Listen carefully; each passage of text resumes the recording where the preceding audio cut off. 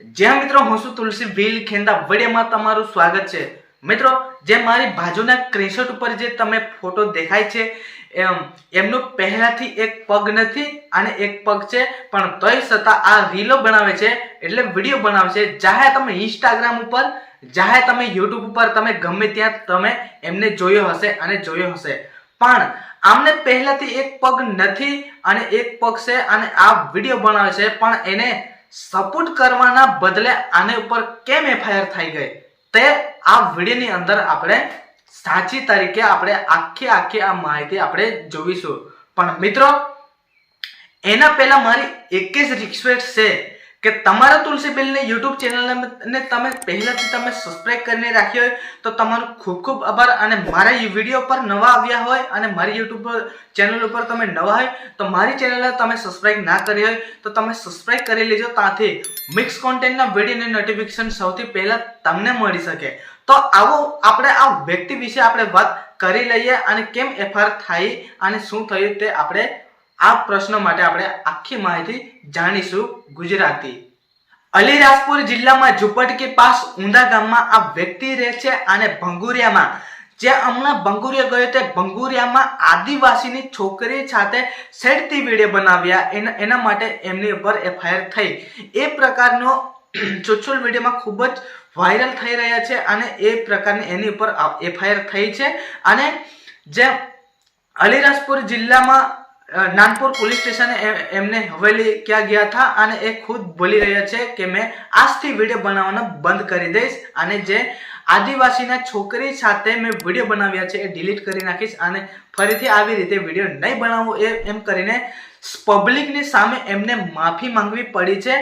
અને આદિવાસી છોકરી સાથે છેડતી વિડીયો બનાવ્યા છે એમને એ પ્રકારની એમની એફઆઈઆર થઈ છે, પણ આદિવાસી છોકરી સાથે છેડતી વિડીયો બનાવ્યા એટલે એને કેવા એવા ગલત વિડીયો બનાવ્યા છે આપણને ખબર નથી।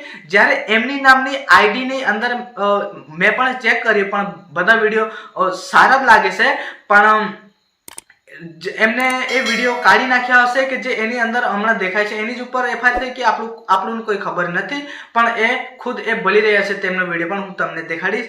તો પહેલા તો તમને થોડોક એમનો વિડીયો એ ખુદ બોલે છે તે આપણે દેખાડી દઈએ, પછી આપણે કંઈક છેલ્લે મળીશું।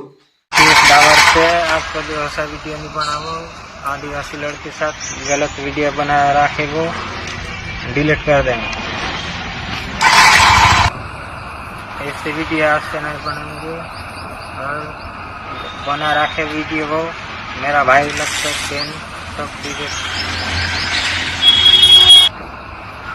वो साड़ी थी कि वो गलत मेरी है तो वो वीडियो बना रखा वो डिलीट कर दो। माफी मांगता हूँ मेरे आदिवासी बहन।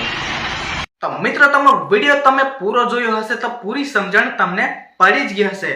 તો મિત્રો બધા જ ભાઈઓને હું વિનંતી કરું છું કે રીલો બનાવતા ભાઈઓ રીલો આપણે બનાવવાની છે, પણ રીલો બનાવતા પહેલા આપણે એક વાર નહીં વિચારવાનું, 5 વાર આપણે વિચારવું પડશે અને હળબળ રીલો નથી મૂકી દેવાતી, નહીં તો આપણી પર પણ આવું થઈ શકે છે। તો મિત્રો ખરેખર અમારાથી પણ આવી કોઈ ભૂલ થતી હોય તો અમને અમારાથી પણ ના કહેવાય, પણ કંઈક એવી ભૂલ થતી હોય તો અમને પણ માફ કરજો।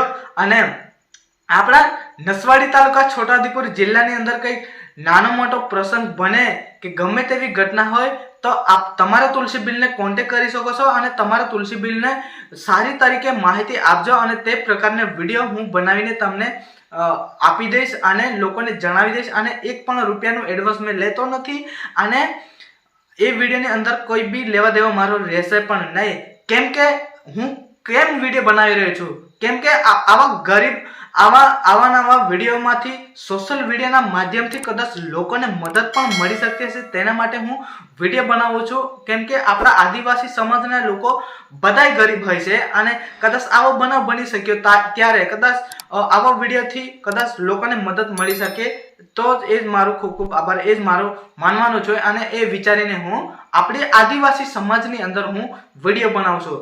મિત્રો હું છું તુલસી ભીલ ખેંદા, એક નાનકડા એવા ગામમાંથી હું દરરોજ આવી નવી માહિતી સાથે હું વિડીયો અપલોડ કરું છું અને જે સોશિયલ મીડિયાના માધ્યમથી જે મેં માહિતી લીધી હોય તો આ વિડીયો આપણું નથી, આ સોશિયલ મીડિયાનો આ માહિતી છે એવી રીતનો જણાવી દીધો હશે.